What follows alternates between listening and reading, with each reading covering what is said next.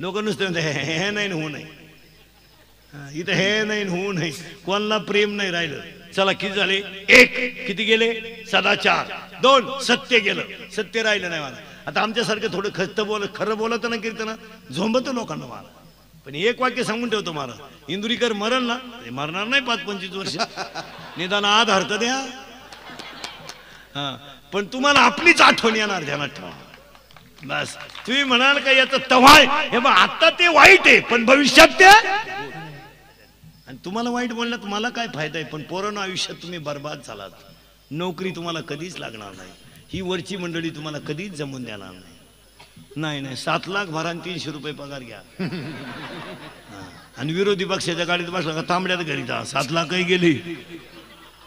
त्याच्यापेक्षा म्हशी 90 रुपये म्हैशी, दिवसभर 2 भेटल्या 180, कुठं झटी करी बसल्या.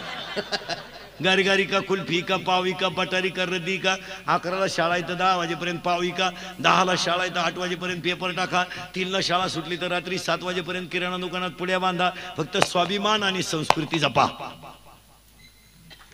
कष्टाचं खायला शिका.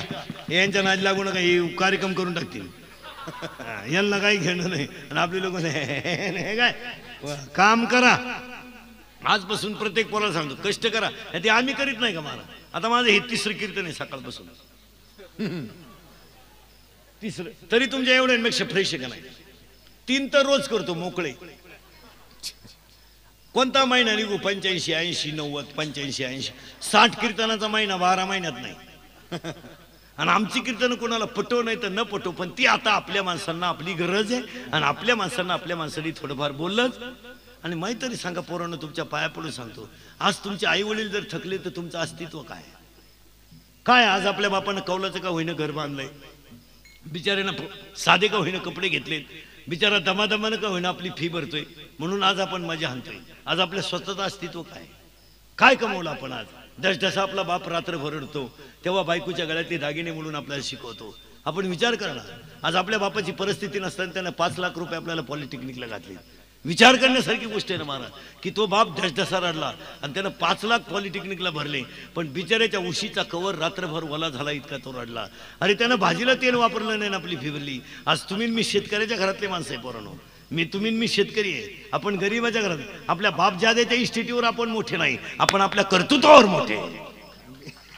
हे ध्यानात ठेवा.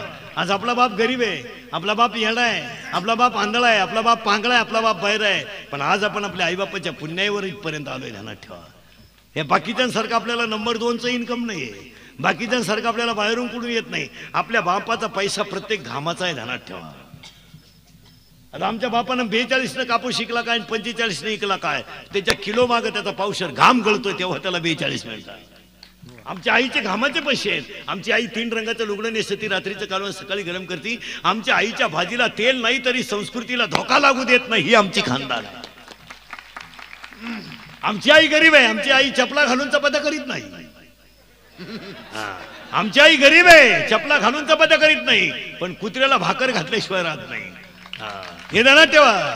आमच्या बापाच्या दाढीला साबण नाही, आमच्या बापाच्या कपड्याला नीळ नाही, पण आमच्या बापाच्या दारातून भिकारी कधी उपाशी गेला नाही, ही आमची खानदान आहे. आम्ही गरीब आहोत याच्यात शंका नाही, पण धर्म आणि संस्कृती आपल्याच घरात आहे. यांच्याकडे काय? अरे आमचा बाप घोंगडीवर बसायला सांगतो पाहुण्याला, पण प्रेमाने बसा.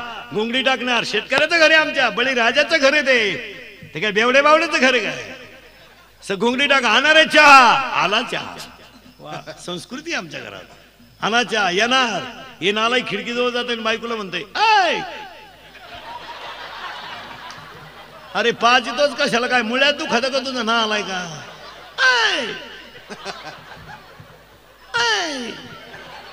मग ते जनावर येतं चहा घेऊन, केस कुणीकडं पदर कुणीकडं.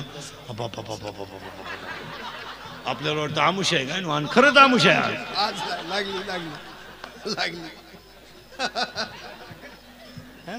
अरे आमची शेतकऱ्याच्या बाय शिवाय यांच्या घरात चहा, आमच्या शेतकऱ्याच्या घरातला चहा कसा असतो माहिती का? कपातून बशील फुल, यांच्या ढुकून पाहावं लागतं चहा आहे का. पाजी तोच कशाला रे येण्या, कुत्र्या संघ हिंडवतो ना आलाय का. आणि दोन तो माझ्याशिवाय कुत्र राहत नाही, त्याला दुसरा जोडीदारच नाही, तो काय करे. माऊलीने एक ओवी लिहून ठेवली महाराज तिसऱ्या कडव्यात. तिसऱ्या अध्यायात, आगा स्वधर्म जरी लोपला, सर्व सुखाचा थारा मोडीला, दिवा सपे हरवला प्रकाशू जायचा. बस तुम्ही सावध व्हा. आणि आजच्या कीर्तन खटोटच्या 2013चे तरुण पोरं स्वाभिमानानं जागा, काय फरक पडत नाही. आजपासून शपथ देऊ ना, काम करा, कमवा, शिका, योजनेत शिका. पण पोरांना एक वाक्य सांगतो, धोत्रावाल्या बापाला आणि नऊवार साडीतल्या आईला समाजामध्ये अपमानित करू नका, त्यांना अपमानित करू नका. हेच 2013चा शुभ संदेश आहे. सदाचार गेला, इथे अजून 9 राहिलेत. सत्य गेलं, सत्य राहिलं नाही. पोरांनो मेले काही कार्टी इंटरव्ह्यू देऊ कॉल नाही आला नाही. आणि इंटरव्ह्यू द्यायला गेल्यावर आता पोरांनो मार्कशीट उचकलं नाही जात, तसंच ठेवायचं. आमचं पोरग एसटीने गेलं. पोरांनो आता तुम्हाला तरी सुविधा आहे. आम्ही जेव्हा ग्रॅज्युएट झालो ना, तेव्हा इंटरव्ह्यूला जायचं ना, मुक्काम हॉटेलला नव्हता, स्टँडवर. तेव्हा काय परिस्थिती होता, काय कुठं झोपायचं. आज आमचे पोरं पोलीस भरतीला गेले, कुठं मिलिटरीत भरती घ्यायला गेलं ना, आमचे पोरं पोरी कुठं झोपायचे, स्टँडवर. काही सुविधाच नाही ना महाराज. काय तेवढी परिस्थिती आपली. अहो सकाळची उरलेली चपाती तर संध्याकाळी खायची, तिला कडक झाली म्हणून मिसळ घ्यायची, म्हणजे ती मिसळ. नाही तर काच काय आलं. आणि स्टँडवर झोपला आमचं पोरग. रात्रभर गारठलं, पेपर उशाला घेतला, मार्कशीटची फाईल उशाला घेतली, आणि आमचं पोरग इंटरव्ह्यूला गेलं. बिचाऱ्यानं स्टँडवरच्या नळावर तोंड धुतलं, 2 रुपयाचा मस्त तवा चहा तरी केवढ्याला, 2 रुपयाला चहा पिलं. आणि आमचं पोरग इंटरव्ह्यूला उभं राहिलं. पोरांनो खरं सांगू तुम्हाला, थकलेलं पोरग होतं, पोटात त्याच्या काही नव्हतं. फाईल टेबलवर ठेवली आणि आमचं पोरग उभं राहिलं. इंटरव्ह्यू घेणाऱ्या माणसानं काय केलं माहिती, त्याची फाईल नाही उचकली पोरांनो, पेन उचकला आणि असा आपटला फाईलवर. आणि काय म्हणलं माहिती का आमच्या पोराला, किती भरू शकतो, 1 खटी भरितो का टप्प्यात भरितो. आमच्या पोराच्या डोळ्यातल्या पाण्याच्या धारा फाईलवर गळाल्या. आणि आमच्या पोरानं साहेबाचे पाय धरले आणि सांगितलं, साहेब माझी आई कानातलं मुडून मला इंटरव्ह्यूला पैसे देऊन गेली. माझ्याकडून पैसे भरण्याचा तर विषय नाही, फक्त एक करा, मला तुमची गाडी पुसायला ठेवा, तुमचे कपडे धुवायला ठेवा, फक्त माझा एवढा प्रश्न सोडवा, याच्यापेक्षा मला अपेक्षा नाही. काय आमच्या पोराची परिस्थिती. मला पोरग रडलं आणि त्या पोरानं सांगितलं मी पैसे भरू शकत नाही. साहेबांना सांगितलं असं सगळेच जर म्हणले तर आम्ही समाजाची सेवा करायची कशी.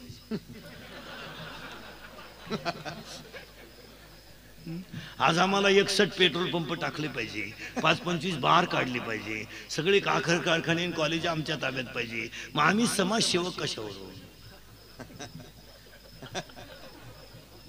जर आमच्याकडे पंप नसतील, जर आमच्या ताब्यात कॉलेज नसतील, आमचे कारखाने जर आमचे नसतील, तर आम्हाला तुम्हाला समाजसेवक म्हणण्याचा काय अधिकार आहे.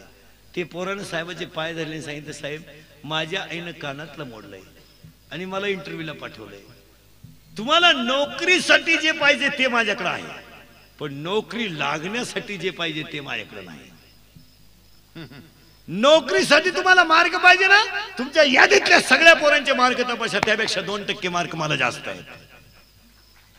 फक्त मी पैसेच भरू शकत नाही, एवढेच माझा दुर्गुण आहे. साहेबाच्या शेजारचं होतं, त्यानं सांगितलं साहेबाचा वेळ घालू नको, निघ. पोरानं फाईल मार्कशीटची पिशवीत घातली, स्टँडवर वडापाव खाला. संध्याकाळी आमचं पोरग घरी आलं. अपमान वाटला आमच्या पोराला आणि आमची पोरग उशीत मुडगं गुतून झोपलं. 9वार साडीतली आई आमची शेतातून आली आणि आईनं पोरग झोपलेलं पाहिलं. आई आमची ती, आमच्या आईनं मांडी घातली, मांडीवर पोराचं डोकं घेतलं. आईनं हळूच पोराच्या डोक्यात हात घातला. पोराचा शहारे अंगाला पोराच्या आले. पोराला दाटून आलं की माझ्या आईनं माझ्या डोक्यात हात घातला, कुरवळला आईनं. पोराला दाटून आलं आणि आईनं काय केलं महाराज, पोराला मांडीवर घेतलं की डोक्यात हात घातला, पोराचे केस कुरवळले. आणि आमच्या आईनं काय केलं, पोराला दाटून आलं आणि पोरग आमच्या आईच्या पदरात घुसलं. आणि एवढं मोठं पोरग, पण मी इंटरव्ह्यूला सिलेक्ट झालो नाही म्हणून पोरग तसा रडलं. आमच्या आईनं डोक्यातला हात काढला आणि पोराच्या पाठीवर फिरवला आणि आमची आई म्हणली डोळ्याचं पाणी पुस, मी तुला भक्कम आहे, अजून वर्षानं नोकरी लागली तरी चालेल, पण तुला सांभाळण्याची माझी ताकद आहे. ही आमची संस्कृती आहे. आमची आई गरीब आहे, हे ध्यानात ठेवा. आणि जगामध्ये सगळ्यात महत्वाची गोष्ट मातृपितृ सेवा आणि संस्कृतीच आहे. बाकी काही नाही जगात. कोणाच्या नादी लागू नका. हे तुम्ही हातानं माराल मारा. लग्न न झालेली पोरं ध्यानात ठेवा, प्रॉब्लेम झालाय तुमचा. आता नवरदेव होणार नाही तुम्ही. जे राहिले ते राहिलेच. जे राहिले ते असेच आता गणपती बुडवायला. बजाव बंग बंग बंग. आता असा पण काळ आलाय. काळ आलाय. एक सदाचार गेला, दोन सत्य गेलं. दोन झाले बरं का. तीन पोरानं बंगला बांधला आणि बाप जिन्यात झोपला, गारठून मेला. आणि पोरानं बंगल्याला नाव दिलं दादांची कृपा. दादा जिन्यातूनच नदीवर गेले, दादा बंगल्यात आलेच नाही. पण बंगल्याला नाव काय दिलंय? दादांची कृपा. जमीन विकली, ट्रक घेतली आणि तिच्यावर लिहिलं आल्या घरी सुखी राहा. ती ट्रक दुसऱ्याला उधार विकली, मग यानं तिच्यावर लिहिलं हीच खरी दौलत. आणि ती ट्रक बँकेनं ओढून नेली, मग यानं लिहिलं नादच खुळा. आणि ट्रकवर सगळं गबाळ लिहिलं, घरातलं वंटी वंटी संटी फंटी गुंटी. आणि त्याच्या खाली लिहिलं बँक ऑफ महाराष्ट्राच्या सौजन्याने. बाकीचा विचार घरी केल्यावर का दया गेली. किती झाले? 3 4 तप गेलं, तप राहिलं नाही.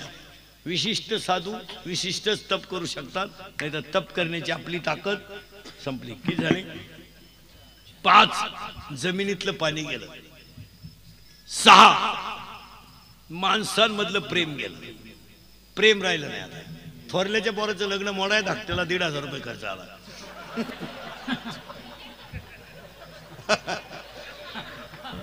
भावानं जमीन विकली, भावानं जमीन विकली आणि बहिणीनं भावावर धावा लावला.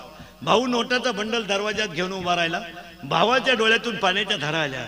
मला सगळं आहे पण राखी बांधायला बहीण नाही. भावानं नोटाचा बंडल पुढे केला, बहिणीनं घेतला, निघून गेली. जगातले रक्ताचे नाते संपले. संपले रक्ताचे नाते. या जगात रक्ताचे नाते राहिले नाहीत. हे फक्त झाकली सवा लागायची, नाही तर काय नाही. आम्ही तुम्हाला सांगतो ना, आम्हीच आमच्या बापाच्या कानफाटीत मारायची आणि तुम्हाला सांगायचं पितृदेव हो.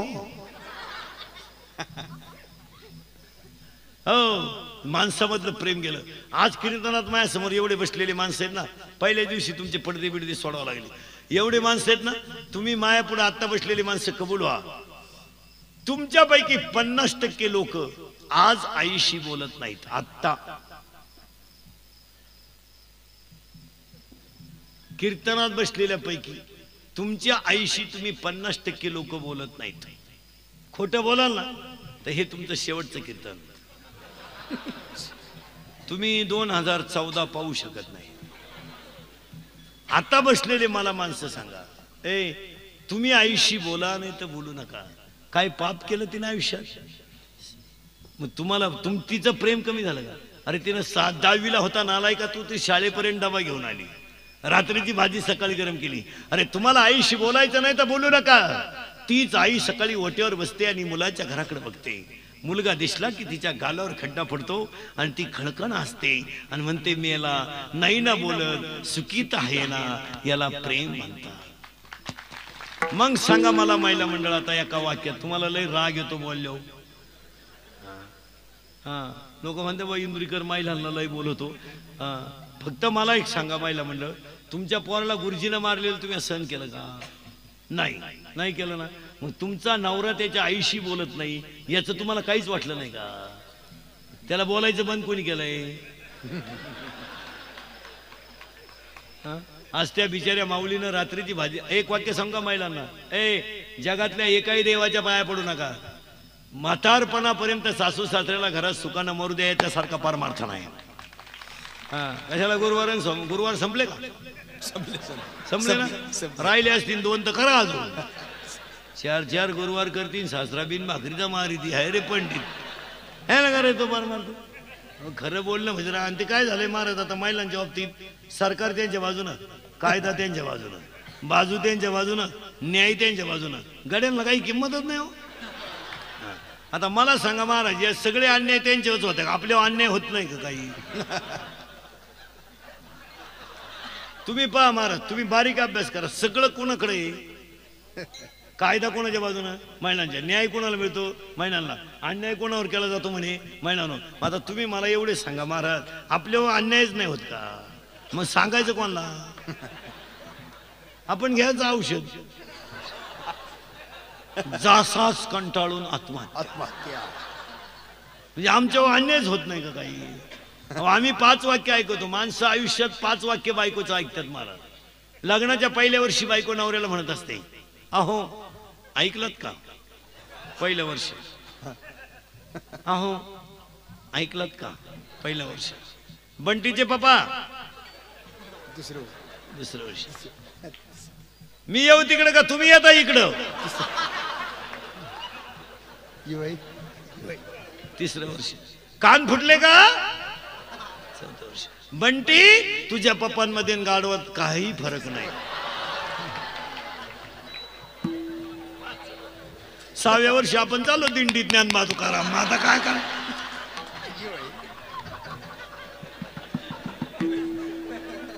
काय नाही. आता उगाच तुम्ही मी महाराज खरं सांगू का, तुम्ही मी उगाच कोडगाय म्हणून त्याच घरी मुक्कामाला जातो, नाही तर शहाणा माणूस जाणार नाही महाराज. तुम्ही खरं सांगा, आपल्या बायको इतकं आपल्याला अजून कोणी वाईट बोललंय तरी आपण त्याच घरी मुक्कामाला आहे. उलटी भेळ घेऊन जातो. आता असेच दिवस काढायचे, काही विलाज नाही राहिला महाराज त्याला. असंच जवळ जगता येईल तवर. आता ज्यांना नाही त्यांचा तर विषय नाही, त्यांना मिळणारही नाही आता. मग यंदा कशी जिरली? यंदा लग्नच जमालं. यंदा पोराचा बापच पुरीच्या बापाच्या मागे लागलाय. पुरीचा बाप म्हणला दुष्काळ पडला यंदा, नको भोतवा तिकडे देवाला सोडा, आम्हाला नको. मग यंदा पुरीच्या लग्नाचा टोटल खर्च पोऱ्याचा बाप करणार आहे. पुरीच्या बापानं फक्त पंक्ती तिंडायचं भरपूर जेवा. लय दिसानं नालायक सापडलाय हणा. आणि पोऱ्याचा बाप हातात धोतर धरून पोरं भाऊन वाढा रे. पुरीनो तुमच्यावर फार चांगले दिवस येणार आहे. तुम्ही फक्त पळून जाऊ नका बा. सध्या लय दणका उठलाय सध्या.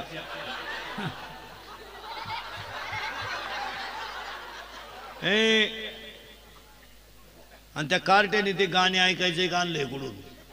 कानात काडक्या घालतय, एकटच झुलत आहे रस्त्याला एकट. एसटी आली बिन निघून गेली. बरं ते कुठे वापरत? एक संडासात घेऊन गेलं ते कानातलं आणि संडासात बसलं. बराच टाइम गाणं ऐकलं त्यानं, संडासच होईना. मग त्यानं संडासात गाणं लावलं, एक बार आजा आजा आजा आजा.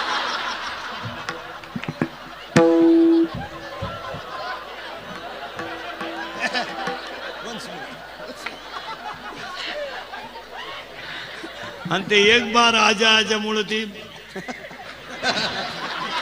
आणि ते संडासातून बाहेर आलं असं वाकडच होऊन आलं. वाकड.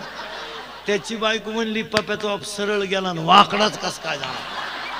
तिनं डॉक्टरला बोलवलं तर डॉक्टरनं कानात काडक्या घातल्या आणि त्याच्या छातीवर ठेवल्या. त्याला काहीच नव्हतं झालं. एक बार आजा आजाच्या गडबडीमध्ये संडासातून बाहेर येताना त्यानं पायजम्याच्या बटनात शर्टाचं बटन घालवलं.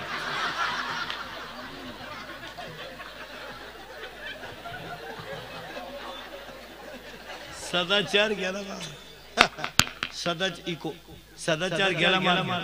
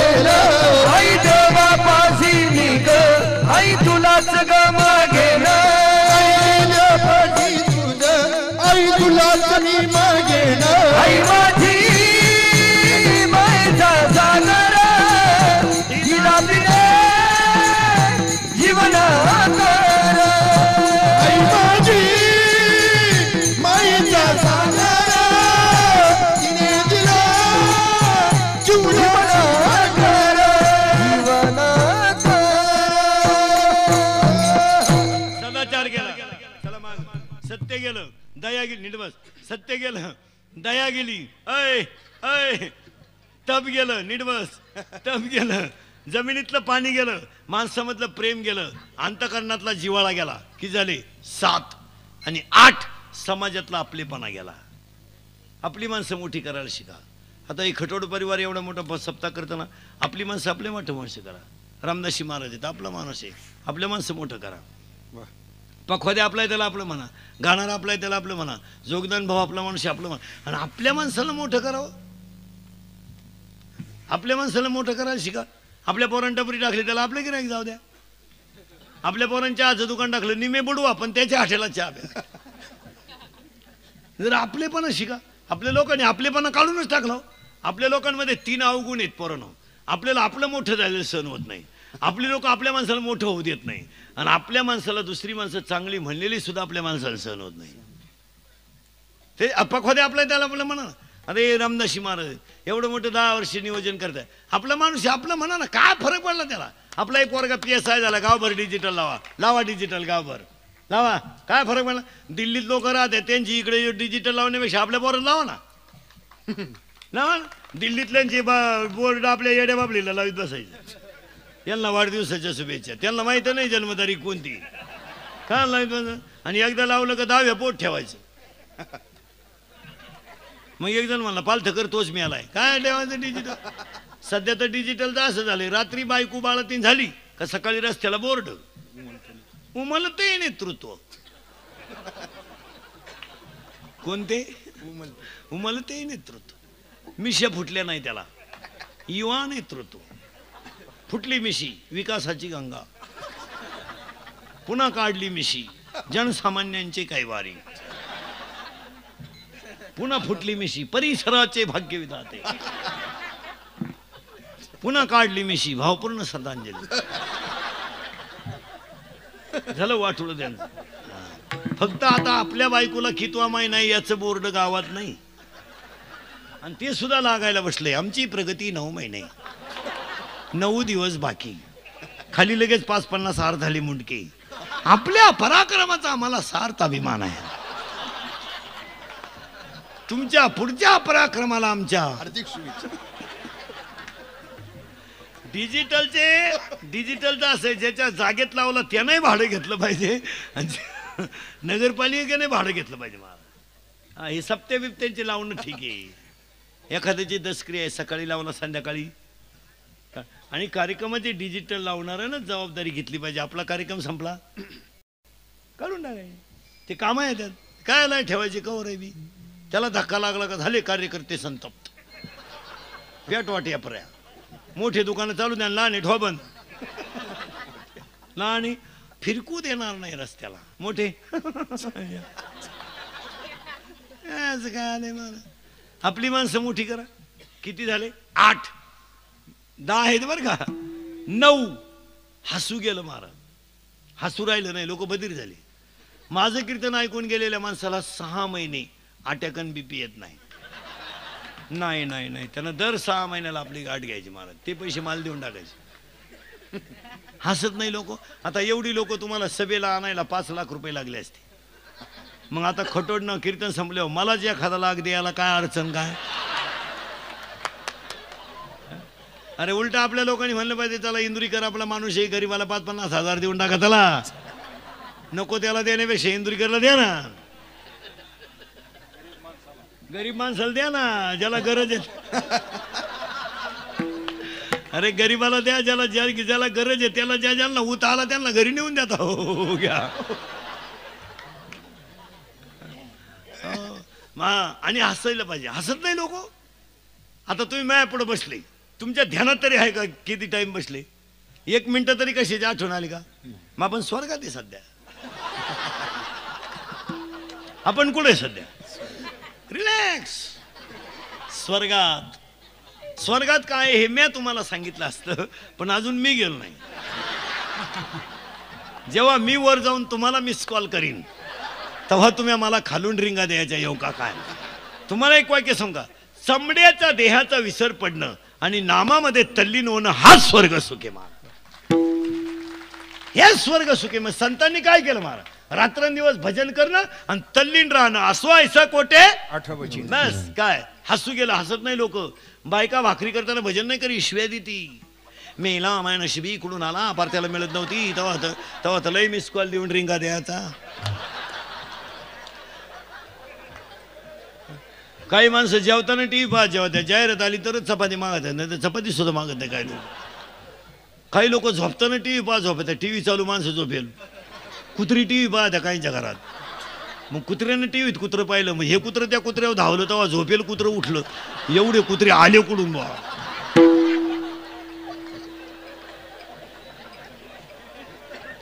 हसत नाही लोक, आणि हसायलाच पाहिजे. आता हे पोर रोजानं तरी बसतील का कीर्तनाला? पण फिट बसले हसू गेलं. आणि 10वी गोष्ट, जबाबदारी गेली. जबाबदारी राहिली. 2 फेब्रुवारीला 12वीची परीक्षा आहे. म्हणजे असे तसे 32 दिवस राहिले. काय सांगायची गरज आहे? त्याला अभ्यास कर. समजत नाही का त्या टोणग्याला? 3 मार्चला 10वीची परीक्षा आहे. 3 मार्चला इनविन 2 महिने राहिले. म्हणजे 60च दिवस राहिले सुट्ट्या सोडून. मग आता 60 दिवसामध्ये पास होईल का नाही अभ्यास केलं? त्या लोकांनी सांगायचं 16 वर्षाचा झाला टोणग्या तू लोकांनी सांगायचं का अभ्यास कर?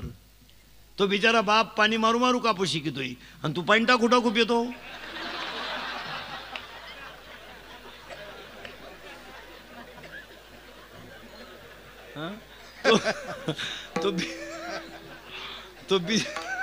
तो बिचारा बाप वल्ला करू करू कापूस शिकतोय आणि तू फुटाने तोंडी लावून चिअर करतोय. अरे बेवड्या, तुला लाज आहे का काही?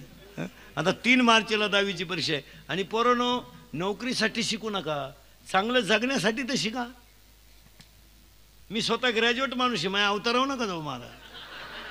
तुला हे नाही, माझे पाय सापडत आले उभं राहू. माझं प्रत्येक वाक्य तळतळीच आहे पोरांनो, आणि अनुभवाचं आहे. तळतळीचं बोलणं आहे माझं.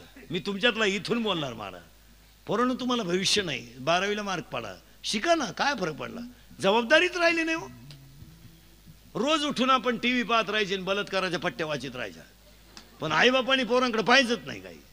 प्रत्येक आईनं जर महाराष्ट्रातल्या पोलीस खात्याची सुद्धा लोकांनी दया केली पाहिजे. मला त्या पोलीस खात्यानं 50% लोक जागेवर ठेवल्यात कसे गावाईनं, नाही तर बेताल जनता झाली हो. 50% आरोपी 16 ते 17चे आहेत. अडवले, उडवले, गाठवले, भोकसले, लुटले, हल्ले, पळवले. पंप लुटला, सोनार हल्ला. आता तर शेतकऱ्याला नवीन चोर आलाय, मोटार नेलीन पाईप ठुला. काय करा? ते शेतकरी इळभर पाईपात पाणी घाली बसलं, वरचंही गेलं आणि खालचंही गेलं. काय नुसत्याच चोऱ्या, एवढे चोर. कापूस चोरीला गेला काही. आणि हे चोर का झाले माहिती का?